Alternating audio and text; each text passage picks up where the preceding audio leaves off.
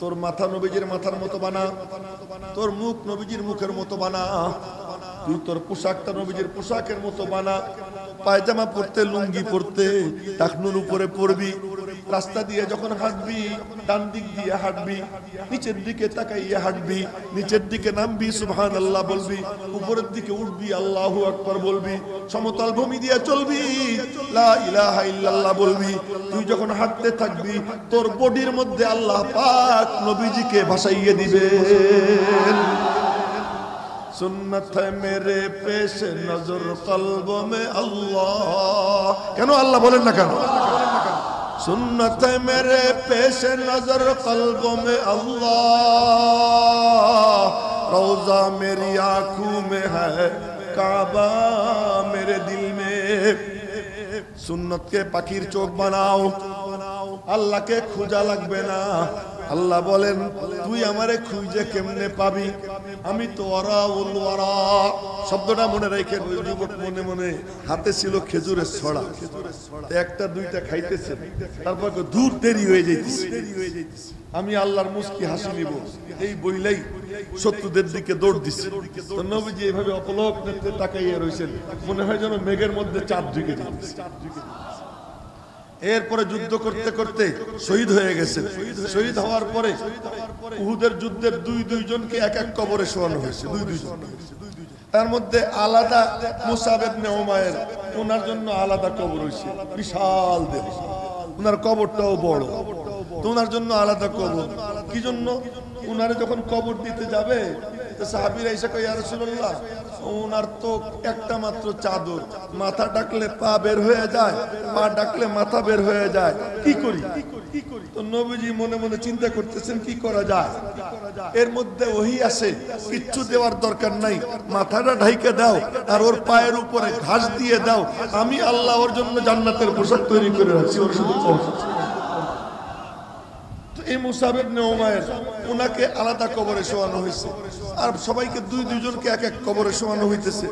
এর মধ্যে একজন আল্লাহ তারে কেউ চেনে না, একে সবাই চেনা গেছে, আরে চেনে না, মাথার থেকে পা পর্যন্ত তরবারি তীর বর্ষার 99টা আঘাত, 99টা। শেষ পর্যন্ত তারে চিনছে তার বোন, শাহাদত আঙ্গুল দেখা, এটা আমার ভাই, আমি ওরে চিনছি, আনাস ইবনুন নজর। নাম কি? আনাস। বলার মাকসাদ বিশেষভাবে যুবকদেরকে ডাক দিলাম যে আজকে ইলফুল ফুজুলের উদ্যোগে এই আয়োজন, আমাদের যুব সমাজ যদি দিনের পথে ঝুঁকে যায়, যেমন সরকারের পতন ঘটছে ঠিক তেমনি ভাবে এই যুব সমাজ যদি এরকম সিদ্ধান্ত নেয় যে এমন জালেম সরকারের পতন যখন ঘটাইতে পারছি, আমরা আল্লাহর নবীর আদর্শে আদর্শবান হয়ে আমরা ওইরকম চিৎকার দিব, বাংলার জমিনে আল্লাহর দ্বীন কায়েম করে ছাড়বো ইনশাআল্লাহ। কে কে রাজি আছি হাত উঁচু করে দেখো ইনশাআল্লাহ। আল্লাহ তুমি হাতগুলো কবুল করে নাও। প্রথম কথা আমার তা হলো কি যে আপনাদেরকে বিশেষভাবে যুবকদেরকে ডাক কেন দিছিলাম তার কারণ বললাম। এই একটার কারণ কইতে থাকলে লম্বা করতে করতে আর বাকি কথা বলা যাবে না। দ্বিতীয় কথা বলতেছি, এটা একটা দ্বীনি মজলিস, দ্বীনি মজলিসের আদব রক্ষা করা জরুরি। আদবটা কি? আপনারা সবাই এই আমার দিকে চেয়ে থাকেন, ডাইনে বামে কেউ চোখ দিবেন, মোবাইল টোবাইল নিয়ে কেউ নাড়াচাড়া করবেন না। এখন এই জায়গা দিয়ে রেকর্ড করবেন। যারা ক্যামেরা পাইতে রাখছে তাদের কথা ভিন্ন, ওটা তো পাতা হয়ে গেছে, এখন তো আর তাদের এটা ধরার দরকার নাই, ক্যামেরার কাজ করবে। কিন্তু বাদ বাকি যারা সবাই এদিকে চেয়ে থাকে, এই জায়গা দিয়ে রেকর্ড করবে। সুন্নত যদি এসে যায়, হেদায়েত তার পিছে পিছে চলে আসে। सुन्नत है मेरे पेश नजर कल्ब में अल्लाह। बोलें ना एक बार अल्लाह, बोलें ना एक बार अल्लाह बोलले আমল নামায় কমপক্ষে 4000 নেকি লেখা হয়ে যায়। सुन्नत है मेरे पेश नजर कल्ब में अल्लाह, रोजा मेरी आंखों में है काबा मेरे दिल में। আল্লাহকে দেখানো যায় না, নবীজিকে লুকানো যায় না, আল্লাহ থাকেন ভেতরে, নবীজি থাকেন বাহিরে। আল্লাহ থাকেন লুকাইয়া, নবীজি থাকেন ভাইসা। মেরে মুহতারাম ভাইও, দিলের ভিতরে থাকেন আল্লাহ, শরীরের উপরে থাকেন নবীজি। এজন্য মাথার দিকে তাকাইলে নবীজিকে দেখা যায়, মুখের দিকে তাকাইলে নবীজিকে দেখা যায়, পোশাকের দিকে তাকাইলে নবীজিকে দেখা যায়, হাঁটার দিকে তাকাইলে নবীজিকে দেখা যায়। এক বুজুর্গ করে কি একজন বলে, হুজুর আমার একটু নবীজির স্বপ্নে দেখতে মনে চায়। আল্লাহু আকবার কয় না রে। আমি দুর্বল দেখি, আমার আগের বক্তা যে তেজি ছিল তখন সবার মধ্যে তেজ ছিল, দেখছেন তো। আমি দুর্বল, সব মরে গেছে। একটু জোরে সোরে বলেন না তো। বলতেছিলাম কি কইতেছিলাম যেন,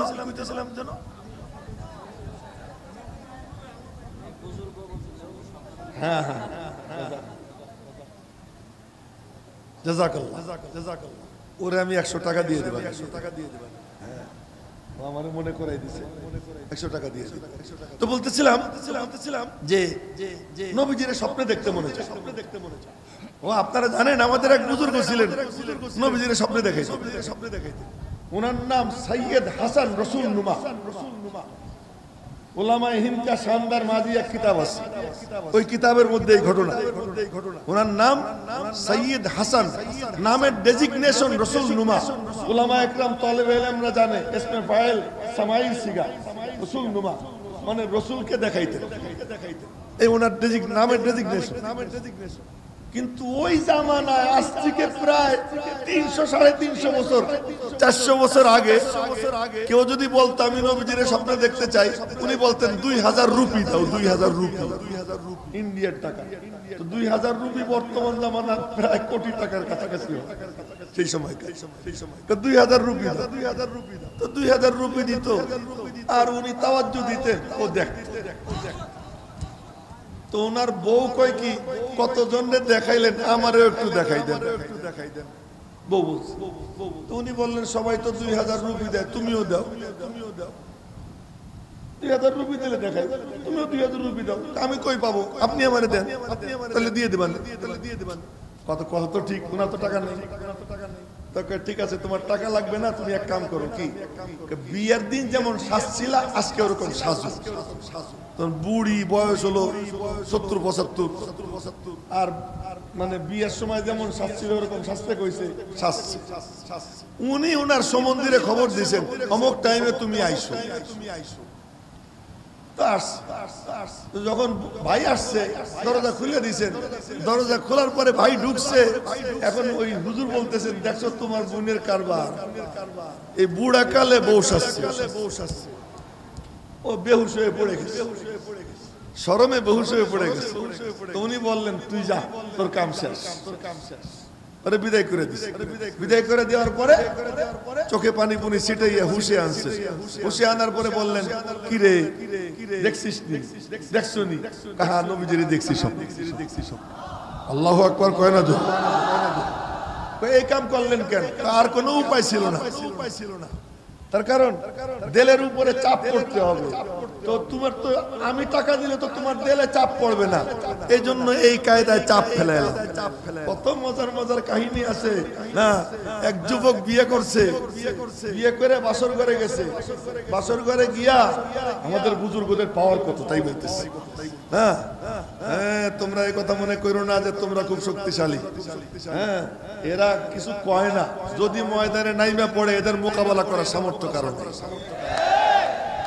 কারণে। এই বুজুর্গ ওই বিয়ে কইরা মৌলানা পাশর করে গেছে। বউ জিজ্ঞেস করে, তোমার শিক্ষাগত যোগ্যতা কি? আমি মৌলানা। মৌলানা তো একটা ভালো যোগ্যতা।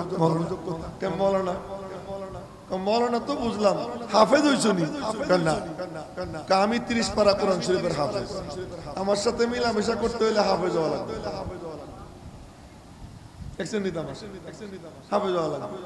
কয় যে এখন বয়স 24-25 হয়ে গেছে, এই বয়সে কেমনে হাফেজ হবো? কয় না, হাফেজ হওয়া ছাড়া মিলামিশা করা যাবে না। ও মনে মনে ভাবছে 2-3 দিন আদর টাদর করলে হয়তো লাইন ক্লিয়ার হবে, ঠিক হবে, কিন্তু না, বউ হাফেজ হওয়া লাগবে। পরে বাধ্য হইয়া ওই যুগে এক হাফেজ সাহেব ছিলেন, ওনার নামও হাসান। ওই হাফেজ সাহেবের কাছে গিয়ে বলছে, হুজুর এই ব্যাপার, এখন বউ তো কোনো চান্স দেয় না, হাফেজ হওয়া লাগবে। তুই 6 মাস থাক, হাফেজ হয়ে যাবি। হুজুর 6 মাস? আমার তো 6 ঘন্টাও সহ্য হয় না, নতুন বিয়ে করছি, 6 ঘন্টা সহ্য। তখন এই কথা বলছে, উনি জজবায় এসে গেছেন। উনি বললেন কি, আচ্ছা ঠিক আছে, তোর আর কিচ্ছু করা লাগবে না, আগামীকাল ফজরের নামাজ সামনের কাতারে আমার পিছনে একটু ডাইন পাশে দাঁড়াইয়ে পড়বি। আল্লাহু আকবার, জোরে কইেন না আপনি। আরে এগুলো শোনেন, তো আমার বরাবর একটু ডাইন দিকে দাঁড়াইয়া পড়বি। আর এগুলা কোনো গাজাখুরি কাহিনী না, উলামায়ে হিন্দ কা শানদার মাজি কিতাবের মধ্যে এই ঘটনা আছে, উলামায়ে কেরাম পড়ে নিয়েন খুইলা। তো উনি আর কি রাত্রে ঘুমায়নি, সারা রাত জায়গা রয়েছে, তাহাজ্জুদ পড়ছে, ফজরের নামাজ হুজুরের পিছনে একটু ডাইন দিকে দাঁড়াইয়া পড়ছে। আল্লাহর কি মেহেরবানি, সালাম ফিরানোর পরে দেখে ডাইন পাশে যতজন ছিল সবাই 30 পারা কোরআন শরীফের হাফেজ হয়ে গেছে। আর বাম পাশে যারা ছিল তারা সহি শুদ্ধ করে কোরআনে কারীমের তেলাওয়াত করেনেওয়ালা হয়ে গেছে। আমাদের বুজুর্গরা তো এমন পাওয়ারওয়ালা, তো একজন গিয়ে বুজুর্গরে কয়, হুজুর আমার একটু নবীজির স্বপ্নে দেখতে মনে চায়। উনি বললেন, স্বপ্নে দেখে কি করবি, বাস্তবে দেখবি না। জোরে কয় না আল্লাহু আকবার। বাস্তবে দেখবি না, বাস্তবে আবার কেমনে দেখে? তাহা আমি তোরে দেখাই দেব। বলে কেমনে? তোর মাথা নবীজির মাথার মতো বানা, তোর মুখ নবীজির মুখের মতো বানা, তুই তোর পোশাকটা নবীজির পোশাকের মতো বানা, পায়জামা পরতে, লুঙ্গি পরতে টাকনুর উপরে পরবি, রাস্তা দিয়ে যখন হাঁটবি ডান দিক দিয়ে হাঁটবি, নিচের দিকে তাকাইয়া হাঁটবি, নিচের দিকে নামবি সুবহানাল্লাহ বলবি, উপরের দিকে উঠবি আল্লাহু আকবার বলবি, সমতল ভূমি দিয়ে চলবি লা ইলাহা ইল্লাল্লাহ বলবি। তুই যখন হাঁটতে থাকবি তোর বডির মধ্যে আল্লাহ পাক নবীজিকে ভাসাইয়ে দিবেন। সুন্নত है मेरे पेश नजर कल्ब में अल्लाह, কেন আল্লাহ বলেন না কেন? सुन्नत है मेरे पेश नजर कल्ब में अल्लाह, रोजा मेरी आंखों में है काबा मेरे दिल में। सुन्नत के पाखिर चोख बनाओ, আল্লাহ কে খুঁজা লাগবে না। আল্লাহ বলেন, তুই আমারে খুঁজে কেমনে পাবি? আমি তো ওয়ারাউল ওয়ারা, শব্দটা মনে রাখেন, আমি তো ওয়ারাউল ওয়ারা। বলেন না আল্লাহু আকবার। আমি তো ওয়ারাউল ওয়ারা। ওয়ারাউল ওয়ারা মানে কি বুঝাই? 7 জমিন, 7 জমিনের উপরে 7 আসমান, 7 আসমানের উপরে সেক্রেটারিয়েট অফিস, সেক্রেটারিয়েট অফিসের উপরে গিয়ে সীমান্তের বড়ই গাছ, সীমান্তের বড়ই গাছকে কেন্দ্র করে 8টা জান্নাত, 8 জান্নাতের উপরে হলো 7, ওই 7-এর নাম হলো ইল্লিন। আল্লাহু আকবার কয় না? কোরআন শরীফ পড়বেন, ইন্নাল আবরারা লাফি ইল্লিন ওয়া মা আদরাকা মা ইল্লিয়ুন কিতাবুম মারকুম ইয়াশহাদুহুল মুকাররাবুন। ওই যে একজনের মাথা নিচের দিকে, এই যে ঘুমাইতেছে, মনে করতেছে হুজুর দেখেন। আমি কিন্তু কাউকে দেখা বাদ দেই না, সবাই রে দেখি, সবাই মনে রাখবেন, এলোমেলো হবেন না। ইল্লিয়িন এর অনেক অনেক অনেক উপরে গিয়া, আল্লাহু আকবার, কত কত জানি না, অনেক অনেক অনেক উপরে গিয়ে একটা মহাসমুদ্র, ওই মহাসমুদ্রের উপরে আল্লাহ পাকের আরশ, ওই আরশের উপরে আল্লাহ পাকের কুরসি। আল্লাহু আকবার কয় না জোরে? ওর উপরে আল্লাহ পাকের কুরসি। একটা জগৎ আছে যেই জগতের নাম লা খালা ওয়ালা মালা। নাম কি? লা খালা ওয়ালা মালা, খালিও না ভরাও না, দেখেন বুঝেন, আমি এখানে বসা চেয়ারে যতটুকুতে বসা অতটুকু ভরা, ডাইনে খালি বায়ে খালি, উপরে খালি নিচে খালি, এরে বলে খালা। যেটুকুতে আমি বসা ওইটুকু ভরা, আপনারা যেটুকুতে বসা ওইটুকু ভরা। প্যান্ডেল পর্যন্ত খালি, প্যান্ডেলের উপরে খালি, খালি ভরা। বলে একটা জগৎ আছে লা খালা ওয়ালা মালা, খালিও না ভরাও না, তারও অনেক উপরে গিয়ে ওয়ারাউল ওয়ারা আমার আল্লাহ। ধরে বলেন না আল্লাহু আকবার। দুনিয়ার জিন্দেগির মাকসাদ, একমাত্র মাকসাদ আল্লাহরে পাওয়া। কারে পাওয়া? জোরে কোন না কারে পাওয়া? যে আল্লাহরে পাইয়ে গেছে আর কিচ্ছু লাগেনি তার, আর কিচ্ছু লাগে না।